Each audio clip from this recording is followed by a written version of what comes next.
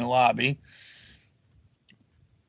So we're recording now, and so if you you can watch this later, Alan will send it to you guys, so you can actually see the agenda and what I'm talking about. So this simulation is that you're going to be running a business, and it's a business to business. You're going to be selling sensors, and of course you're not actually selling them, but you are going to be simulated as if you are running a company and you're selling sensors, and you're going to have to make business decisions that any company senior leader would have to make. And those decisions revolve around really the most important principles of an MBA. And so when you think about, what is the most important decisions you have to make as a business leader, number one, you think about, well, I need to figure out what products I'm going to sell and to whom. So that's really around marketing. So what segments? There's different segments. There's a high end, a low end, a high tech, a more traditional, and so on. And so you have to figure out as a team, and you'll be working as a team and making decisions. And these decisions are called rounds. And so there's a couple practice rounds, and there's a handful of actual rounds. And those we call competition rounds. And these rounds is when you actually make the decisions. And so you're going to make how much you're going to sell, which is the operations part of MBA. And so you figure out how much and to whom. And that's the marketing part. And then you actually have a human resource part in terms of your employees and, how often they're going to work, overtime, and all kinds of employee decisions you're going to make. You're also going to make decisions that revolve around quality. And so that's very important. You have to have quality products. A few terms ago, I had a student team that was not doing well. And when you looked at their data, you could see that they had poor quality. And students sent me an email and said, I don't understand why the team's not doing well. All our marketing decisions are great, and we're priced right, and we're producing the right amount. It's unfair that this simulation puts so much emphasis on quality. So I want you to think about that for a moment and think about, does it really matter how much something's priced if it's poor quality? Does it really matter if it's at the perfect segment? It has all the market decisions. You've got great advertising, but you have a poor quality product. Does it really matter? I think we could argue quality is everything. And so obviously marketing is important. Obviously treating your team is important. Obviously quality decisions and production decisions are all important in the scheme of things. So you have to work as a team, and you cannot make decisions in a vacuum. Sometimes we have teams where the people are making marketing decisions and they're not talking to the production part. And so they don't really understand the segments, and they're just plotting in numbers, and that won't work well. And so in these rounds, you're going to be making decisions as a team and inputting the decisions, and you're going to have a structure on that team. One of the assignments early on in the class is you're going to decide who makes what decisions, who's the leader, how decisions are going to be made, what kind of rules are you going to have, and so on. And so you're going to have a basic contract that you're going to have as a team. And so you'll do that very early on, and that's a really important part of the class early on. And so as you're making these decisions and you're coming up with the rounds and so on, your instructor will give you feedback, and that's in the group section of Blackboard. We don't have traditional discussion boards in this class. We have a couple early assignments that you will upload some things into a discussion board and get feedback from your peers. But just the traditional asking a question and you answer it is not done in this course. We do a lot of activities in the group discussion board, but you can use a plethora of different communication processes, whether you want to use Zoom, Teams, WhatsApp, whatever you want to use, you guys decide, as long as it works for everybody in the team. And that's how you communicate, and that's how you make decisions. And so as you work on the simulation, it's about 30% of your grade. So it's not the majority of the class, but there is a lot of work early on. And really the first 5 weeks you're working as a team. The 6th week is you're working in the simulation as an individual. And so that's why it's so important to be engaged in the simulation, because if you aren't, you will not get good peer reviews, and you won't understand the simulation, and you won't do well on the individual portion. So it's very important to be an engaged team member.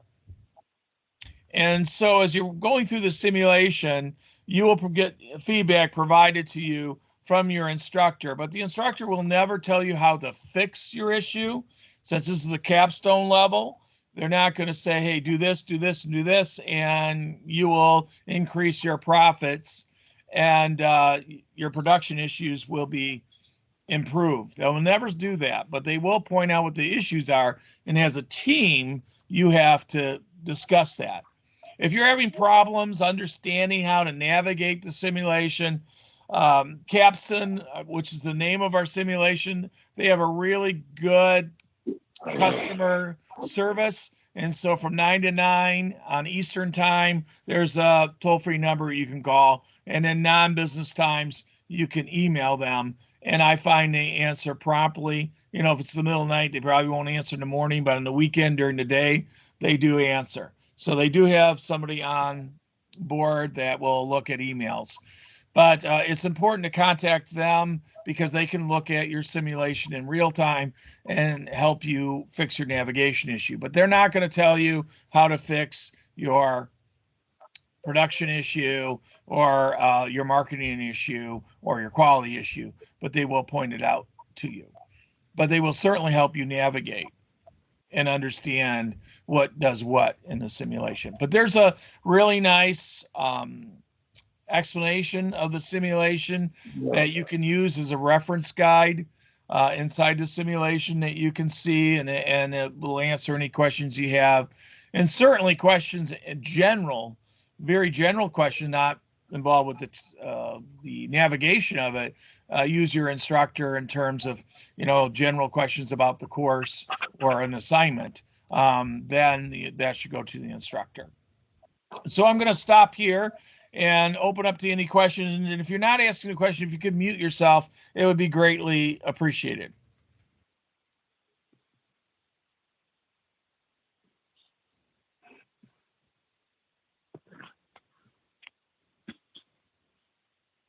Dr. Menon, anything you'd like to add about the simulation? I think you touched upon most of the points, Jim. Only thing I was thinking about was after every one of the real runs, I should say, the initial ones you may not get, but the real runs, we do give you feedback, and also the simulation itself generates a very, very in-depth report that you can really go through and discuss with the team as to what you've done and what, how could you make it better. So that's another important aspect of the simulation reports. That's all I had. Thanks. And Dr. Thanks, Dr. Logren. Yeah, I do have a couple of things that I'd like to add. Number one, when you get access to the class in Blackboard, one of the first areas that I would recommend that you head to is the Unit 1 materials, and there you will find something called a Capstone Team Member Guide. It's about 40 pages, so you might not want to print it, but I would certainly download it. This guide really does give you the nuts and bolts on exactly how the simulation works, how to make your decisions, your areas of responsibility. Basically, there are 4 key business components, and they would be finance, production, marketing, and research and development. So there's a myriad of detail with regards to the simulation there. So that would be the first place that I would go. The simulation really doesn't get started until the 2nd week, so you do have time to sort of go into the simulation, play around, see see just exactly what happens when you play around and make some decisions. So download the team member guide. And Dr. Logren pointed out right at the beginning of the presentation that students have probably had in the past, they've had some experiences where one or more of the team didn't really pull their weight as much as would have been hoped for. What I would say is don't be too concerned over your performance. The way the grading of the simulation is done, there's almost nil grading that's assigned based on your performance. So if you go bankrupt in the second or third round, it's not the end of the world. Basically, what Dr. Menon and myself will be looking for is the quality of your reports. There are 2 reports that you'll be doing as a team, and it's the quality of those reports that earn the grade. It's not your performance. So if you didn't do well, all you really need to do is in your report, you're going to highlight what decisions you made that worked, and then obviously there's going to be a lot of decisions that you made that didn't work out. So don't be too concerned because you're working in teams. You're not going to be negatively impacted because your team didn't do well, as long as you do a good job on your reports. And finally, the other thing that I would say is when you do sign into Blackboard and you go in and you look to see what team you're on, because depending on the number of students, and it looks like we may have 16 students, so we would be running 4 teams, and then you'll find there will be 2 computer teams for a total of 6. It could be 3 and 3. There's always going to be X number of computer teams and X number of student teams, so that there's a total of 6. So go into your team, introduce yourself, provide some information like email addresses, phone numbers, when's the best time to meet. And as Dr. Logren said, there's a variety of technology to use, Skype, Teams, Collaborate, but we do recommend that in the first couple of rounds that you probably would want to have at least one face-to-face meeting where you can discuss your strategy and figure out the decisions that you want to make. Once you get into rounds 3, 4, and 5, you probably will find that you don't need to have the face-to-face meetings. You can just resolve your decisions with text or email. Those are my comments. I just want to add one more thing, Dr. Logren, is the peer reviews. So at the end of week 3 and week 6, you're going to do a peer review that is, you're going to address how the team collaborated and how the team members work together. So that does have a good impact on your team paper grades. So make sure that you work on the simulation in a very collaborative manner, and it's absolute teamwork that will make this whole simulation successful. Thanks. Any questions from students now?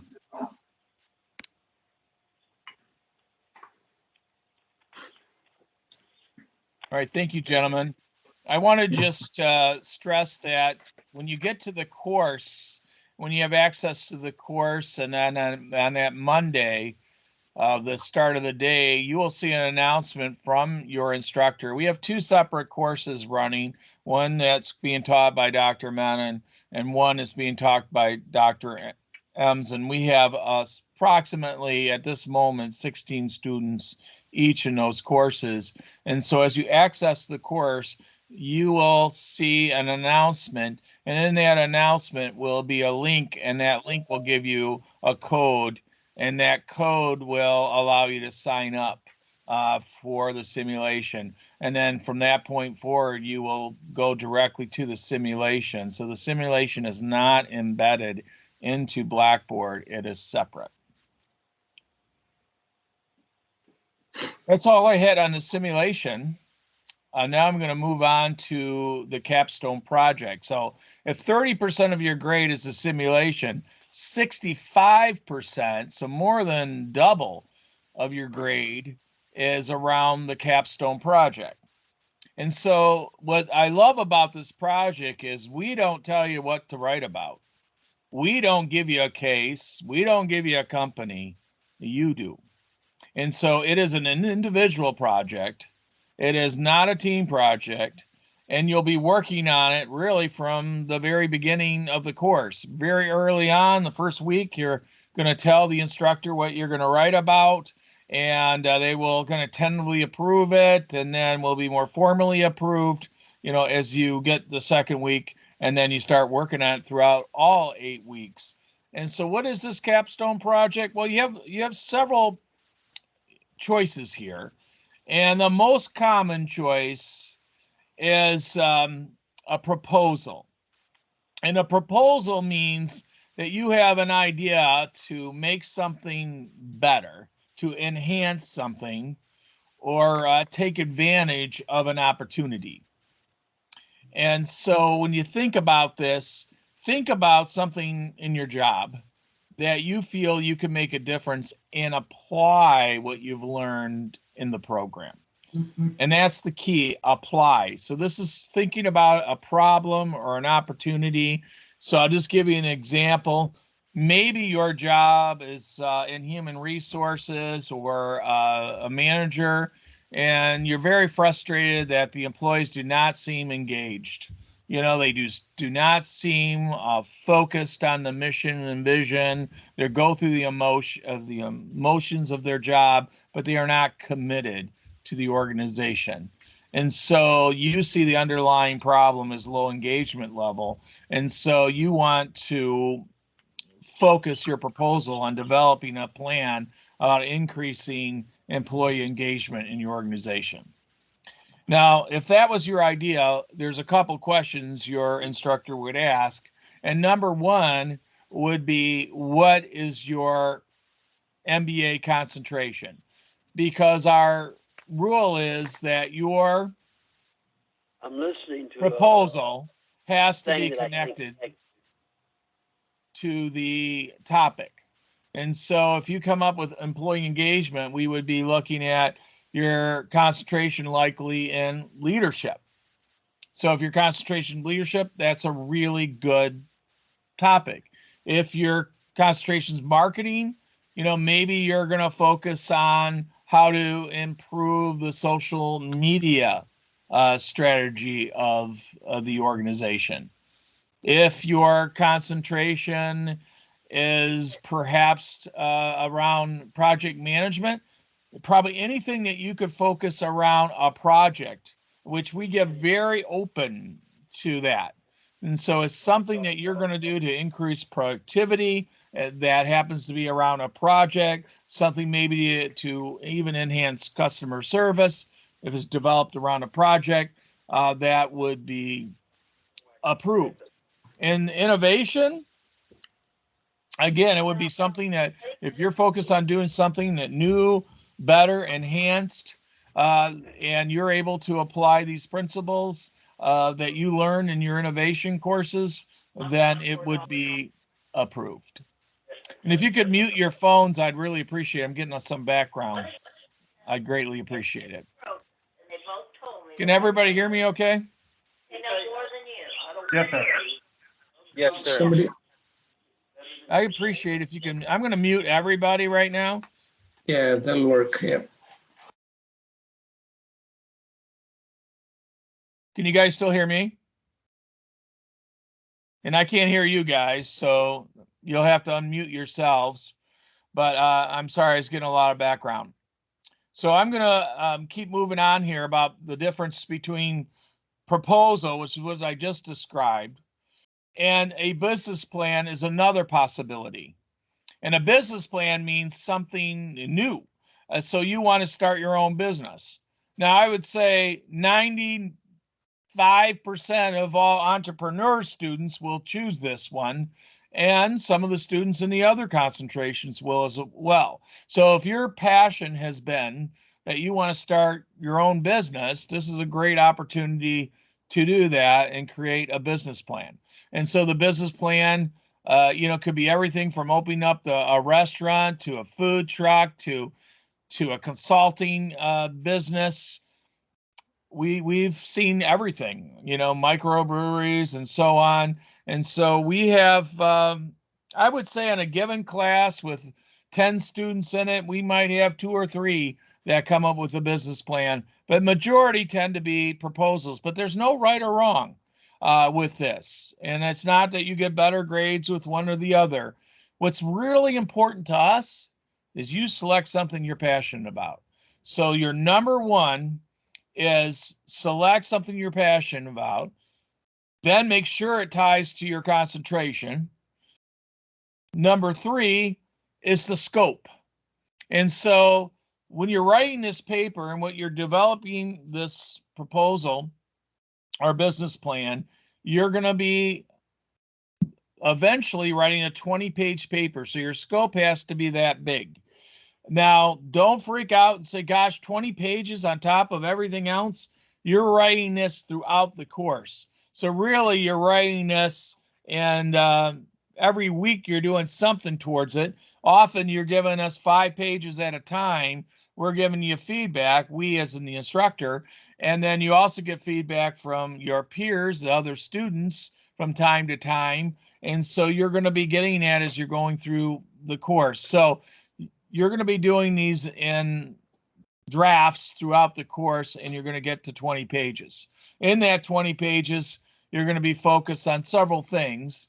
And one is the components of your MBA. And one of the important ones is your strategy. And so if you remember from strategy course, which is Business 525, we talked a lot about goals and SMART objectives. And so you're going to be doing SMART objectives in this business plan or proposal. And so you're going to have goals, which is big picture, and then the SMART objectives are tactics. So that's going to be a big part of your plan or proposal. And then the other piece of this is you're going to be focused on a financial aspect of this. And so there has to be some sort of tie. You can't get an MBA without understanding the quantitative aspects. Now, in many cases, it might be a cost-benefit analysis that you're doing, where what are the costs and what are the benefits quantitatively for what you're going to do, like how much money you're going to save, how much sales you're going to increase. And certainly you're going to be doing research and looking at what the experts in the field have to say about these ideas. And so that's how you develop the financial piece of it. And then you'll also be adding components of your concentration. So what are those pieces in the concentration that you can apply here as well? And so you're going to be going through this, getting feedback from the instructor, and then also getting feedback from your peers from time to time in the course. And so as you think about this project here, 20-page paper, you will also do a 10-minute presentation, and that will be uploaded as well. And the instructor, it won't be live because we know that many of you are different places of the country or the world, but you will have to upload that and discusses with whatever stakeholder you would be discussing it with. So if you're doing a business plan, your focus would be probably investors. If you were doing a proposal and wanted to implement something in the business, you would be presenting as if you're presenting to the senior leadership or the board of directors or whatever the case is. Now, we would like you to choose your own organization, but it is not mandatory. Meaning that we know there's reasons you wouldn't want to do that. Maybe you plan on leaving, you're already left, you're in between jobs, you don't like where you're working, it's just an in-between. Maybe you are more passionate about your last job, or maybe more passionate about future endeavor that you would like to do, then choose that. Or maybe there's an organization in your family or someone you know that you want to help out, choose that. You could also choose a nonprofit. We've had plenty of students that have selected a nonprofit. We had a woman from the leadership concentration who was very passionate about teaching leadership skills to young women in her community. And so she developed a plan to present to her community leaders to develop an organization, a nonprofit organization focused on this. She named it, and she actually got approval in her community because they liked it so much, and she ended up with getting financial backing. And she was very passionate. We've had military folks that have selected things that they want to do when they get out to help other veterans and so on. And so that's what I think is so important, is that don't limit yourself on the ideas. Start thinking about what you're passionate about, how to tighten your concentration. Do you have the right scope? And the last one, and probably I could argue is equally important, and that is, do you have access to the resources you need? We had a student come to us. We had a couple recently. One was on Pepsi. This student wanted to write about a new product in Pepsi. He was extremely passionate about peppermint Pepsi. That is not appetite. I don't understand it, don't like peppermint, but this student thought it was the most awesome flavor and wanted peppermint Pepsi. But he didn't work for Pepsi, had no resources, didn't know any marketing they've ever done on it. They had no recent marketing interest to know where the trends are or anything like that. That wasn't approved. We've had students want to write about Tesla, didn't work for Tesla, had no resources about Tesla. That will not be approved. So when I say access to resources, if you're writing about your company and you're doing engagement, we want to make sure, do you have access to survey results, employee satisfaction, any of those things where you can get some data to be able to make some good decisions? Ask beforehand. You don't want to get into the course and say, hey, I thought I'd get this information from my organization, but they won't give it to me. Make sure either you have direct access or can get access to it. And so I would be asking those questions before the course started, thinking about your topic. I'm going to stop here and see what kind of questions you have. Any student questions?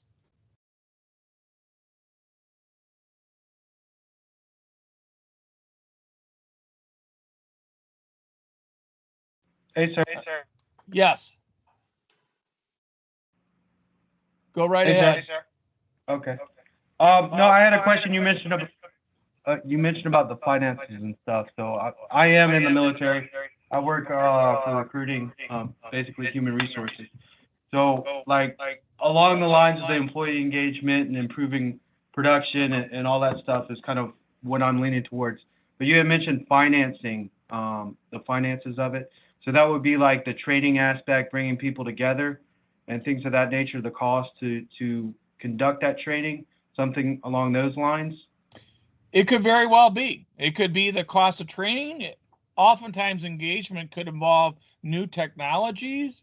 It could also involve new selection processes and how you interview people or how you develop people. It could be training, not just training on engagement, but training of their job, training of leaders on how to be engaging and develop transformational leadership process and emotional intelligence and those kind of things. And so that would be on one part of the ledger. And the other part of the ledger is, well, what does the research say? What does increases in engagement do? What would we expect? What are the quantitative benefits to it? And I think you're going to find research tied to many different organizations, including the military, where you'll see improvements in a lot of different things, including retention. Did that answer your question? Roger, I appreciate it, sir. You're welcome. Other questions?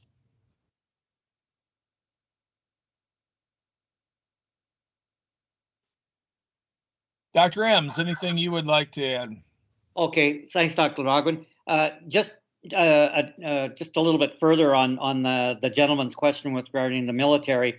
I've had quite a few military people in my classes, and one of the topics that seems to come up periodically is keeping members of the service engaged in the service and not leaving, because it costs a tremendous amount of money to hire or recruit new recruits. So a couple of the proposals that I've seen have been that the benefit would be to improve the retention numbers. So you've got your costs. There may be some costs of some training, increasing benefits, whatever it might take to keep the people signed up in the military. So that is a good topic. So I think you're golden on that. As Dr. Logren said, I think that the key is to be passionate about the topic. You're going to be working on your project for all 8 weeks, so you really want to work on something that you find interesting and will be enjoyable, and you'll want to do a good job. Remembering that there might always be an opportunity for your proposal to be used by your organization. I've seen that happen before, where the proposal was so good that the company took it under advisement and was planning to institute some of the recommendations that student had made.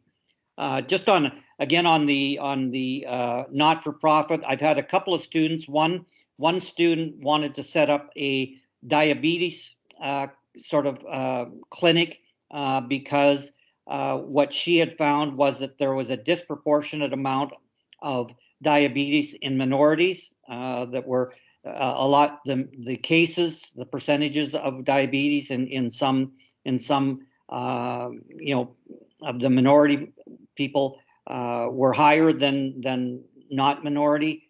So that was an opportunity. And I've also had from the healthcare area where the individual wanted to help the homeless, and the hospital where she was working with some individual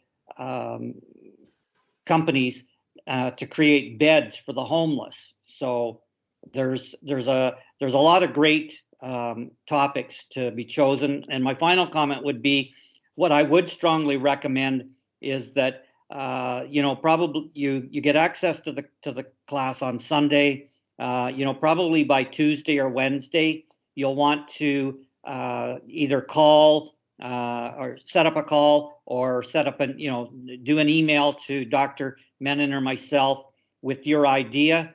If it sounds like a golden idea right off the bat, we can probably solve that with a quick email. If it's something that Dr. Menon and I may need a little more information on, we may want to have a quick conversation on the phone. But I would strongly recommend that your proposal will be due on the following Sunday. You don't want to just send it in hoping that it might get approved. It's always a good idea to have a conversation with the instructor to make sure that you're on the right path to getting your project approved. Thank you, Dr. Logren. Thank you, Dr. Menon. Anything you want to add? Yeah, just quickly, I think one thing I do with my students is to have conversations, if possible, every week till at least week 4 or 5 maybe, so that it may not be a long conversation, maybe 5 or 10 minutes, just to make sure that you're on the right track. And one of the advice is to please understand the rubrics. Go over the rubrics very, very closely and make sure you're addressing all the rubrics, and the grading is done completely on the rubrics. So please understand the rubrics. If you have any questions, you can ask either of us to, clarify that, but do pay attention to that. Thanks, Dr. Logren. Thank you very much. Any other questions?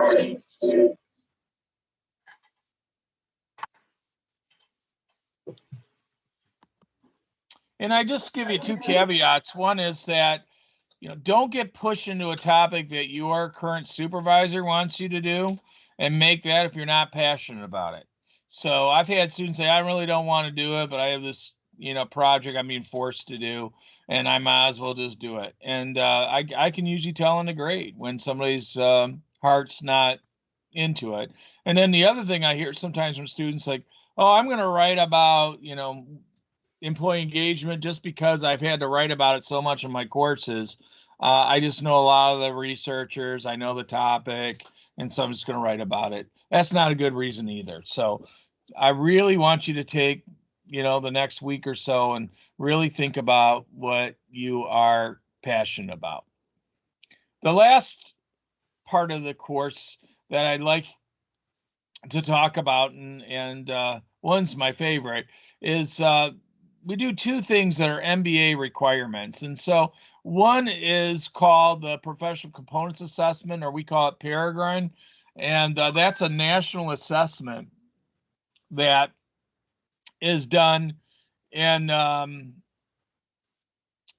all MBA programs or mini MBA programs in the United States or even internationally. And we're able to prepare, really compare our results to other institutions. And so a lot of students get stressed on the exam, but we do not grade you on how you do an exam, but we do want you to take it seriously because we evaluate our MBA based on the results and how we compare. So we look at it at a macro level, not a micro level. Sometimes we get students say, I think I failed the whole MBA. I thought I learned things, but obviously I didn't. I hate my score.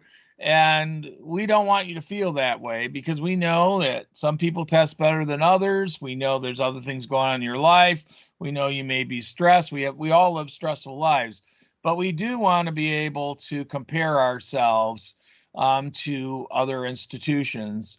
And so that's what we do. When I say that, it's that we don't know what other institutions specifically do, but we do get data of institutions in the Northeast, all the New England states, all the students or all the schools that are within the same accreditation that we have in business. And so we can evaluate that. And that's what we do with that information. And so you'll be given access, a link, and you just put in what concentration you're in, and it'll ask you some questions and so on. And so don't stress out about that, but we do ask all students to take it. Then we do a self-reflection video. And what we really want you to do here is think about how you've grown, and so thinking about the things that in your MBA, they had the biggest significance to you. And think about the day you started to the day you ended and how you've grown. And why I like it so much is many of you have very compelling stories. And all the instructors that have taught this class have heard stories that really make us love to be professors. Because I've had students, talk about being the first in their entire family, not only to have a graduate degree, but to have any college degree, or the first person in their family, to finish the program. Many other people have tried, but you're the first to get the actual graduate degree. We've had people that have faced many challenges in their time in their MBA, whether it was health, family, COVID. We've had students have hard lives before, and even we've had students talk about being homeless, earlier in their lives and how they've been able to pull together and never thought this time would happen. We've had students, made bad decisions and were incarcerated earlier in their lives and pulled their lives together. And to me, it's so inspiring. And so I want you to tell that story. And so that's really what that's about.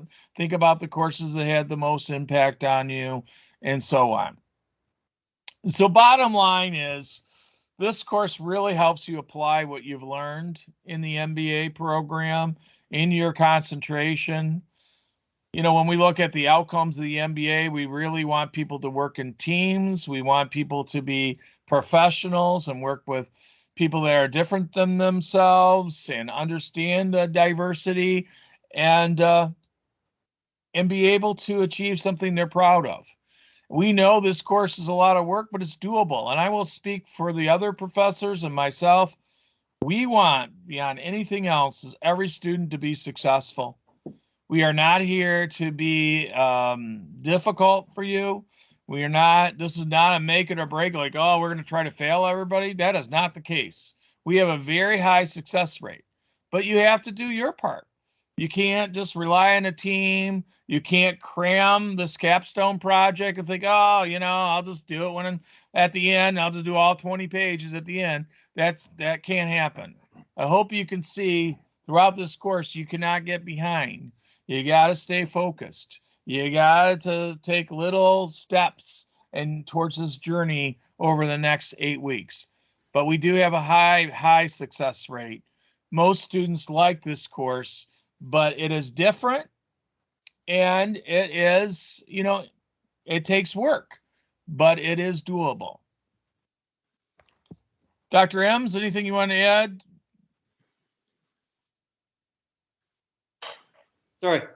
Sorry, Dr. Locke.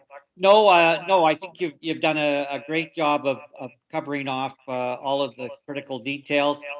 Like you said, it is a little bit different because there's a simulation involved, but this is the way the world is working today. Is a lot of your large organizations use project teams to get projects completed, and even before COVID. You had situations where you had virtual teams. You've got people in different cities, states, countries that might be on the same team. So for those that aren't completely happy about working on a team, this is really a great experience on running your own company, and gives you an excellent idea on what it takes to run a company. And I just think that teams is the way that companies are getting things done. So hopefully you'll embrace the simulation. I think it's as good a simulation as there is out there. I've taught other classes that have used simulations. This by far is the best. Dr. Logren did allude that if you do have questions, concerns, there are nobody better than the Capstone support people. You should have them on speed dial so that if you have concerns or questions, feel free to call them, email them. They're not going to tell you exactly what you need to do for your company to be successful, but they'll throw a few hints out to you and give you some ideas on what you might be doing wrong. So embrace that. And again, just final comment on the project is that as Dr. Logren said, it's something that you want to be passionate about. It's yours to choose. You shouldn't have to do something do a project that you're not really happy to do. You're not going to be passionate about. So do be passionate. And again, I would highly recommend that you get in contact with your instructor in the first couple of days and see if your topic is gonna meet approval. Thank you, Dr. Brennan. Yeah, and as I always tell my students, this is the last leg of your MBA journey. So, and you're doing a lot of teamwork, and there's a lot of networking happening, and just enjoy the ride.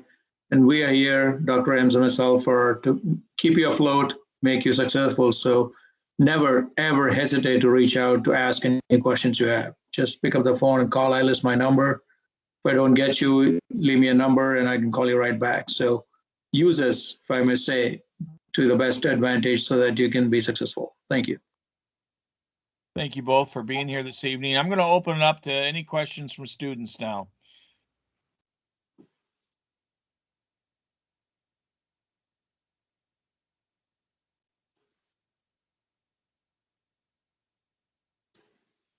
Well, we did a fantastic job. Do that. I don't want to talk. My hope is that we did do a good job and that you feel comfortable. We don't expect you to come up with a miracle topic at the moment. You do need to kind of critically think and think about some things that you're working on. Think about the things that you were excited about as you were going through the MBA that you thought, gosh, if I ever had the opportunity, that would be very interesting. I really think our company could take advantage of things like this and so on. And I know the other instructors know as well, but I can think of several as students off the top of my head that earned promotions based on their proposal to their organization, saving millions of dollars. I can think of one student who the opportunity was the emergency room visits and looking at ways to decrease those people in the emergency room that didn't have emergencies. And so really looking at the research and what was causing it, why people were coming in, what was causing that. And his senior leaders absolutely loved it because it saved a lot of money, resources, and was good to the community because a lot of those folks needed additional resources that the hospital could not provide them. And so he developed a strategy around that. Any comments from students? Was this helpful to you? Hi, can you hear me? Yes, I can. Yes. Very well. Hi. Hi, my name is Brenda Morales. Thank you so much for the presentation. All this was very informative. I was kind of confused exactly what a capstone was, but you may have mentioned it prior, but there's 16 students in approximately 16 students in one class. How many are gonna be in a group? So usually 4 to 5 is what we typically do. And so the instructor creates teams early on. You'll see an announcement with your team, and then you'll go into group area and be able to communicate directly with your team. And then you'll be working on a project early on where you are coming up with your roles. You'll exchange phone numbers and all those kind of things with each other. So generally speaking, 4 to 5. Okay, thank you. Very welcome. Other questions or comments? Hello, this is Dorrit Shand. Yes. Okay. Well, approaching the capstone, I must say I was going into panic attack. But this presentation has kind of eased my mind somewhat. In a former class, Business 525, we were given about 5 topics. Were those the topics we're gonna be working on? Are those the topics we'll be working on? You have to select a topic, so it won't be necessarily that one. But you could pick the same topic, but you cannot submit papers that you've already submit for another course. But you can use references that you used, and and you can build on it. But you can't say, "Oh, I think I already have this paper done. I'm going to submit it." We've had students try to do that, but this has to be new. But it can be built on what you've done in another course. It just cannot be the exact same. Okay. One more question. I see the emphasis is on organization for which you work. What about those of us who don't work? Yeah, and you may have missed that. I said that you could pick an organization that you used to work at, or a nonprofit, or maybe something that you are passionate about in the future, in terms of what you would like to do. And so you think about that. So you do not have to pick a current organization you work for, but you have to pick one that you can get some resources for. So you may consider a nonprofit in your community if you're interested in it. Community projects. Okay. Thank you very much. You're very welcome. Good questions. Any other questions?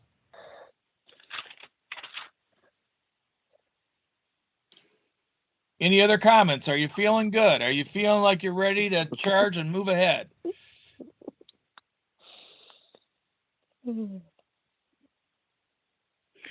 Yes, my name is Joel Payero. So my concentration is leadership, and you mentioned that I could actually do a project and actually start a new business, like a business plan. You just have to apply it to leadership. So we've had students in the leadership concentration focus on a consulting company where they're developing leadership skills in employees. We've had entrepreneurs where they focus on the leadership components of what their culture will be like in their organization.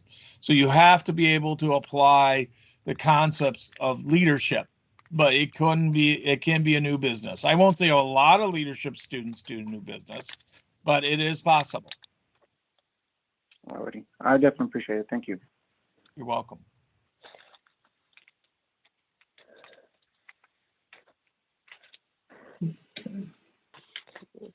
Any last questions? I want to be very aware of the time, and I appreciate all of you being here because I know we had the technical issue. I'm going to try to get this recording to Emily and Alan so they can get it out to the rest of you if you want to listen to it again. So hopefully the recording worked okay tonight. If not, I know we have older recordings that they can send out as well. Mhm. Any last comments or questions?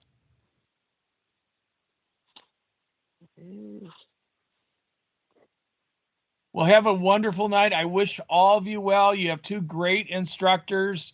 I'm very proud of them. They do a great job with the students. So just, I always say this is like eating an elephant, one bite at a time. Don't think about the big elephant ahead of you. Just think about taking, little bites at a time, and eventually you're going to eat that elephant. And that's how you should take this course. All right. Have a wonderful night, everybody. Thank you all. Thank you. Good evening. Bye. Thanks, Dr. Ogren. Thank you. Have a good night. Yep. Thank you. Thank you, guys.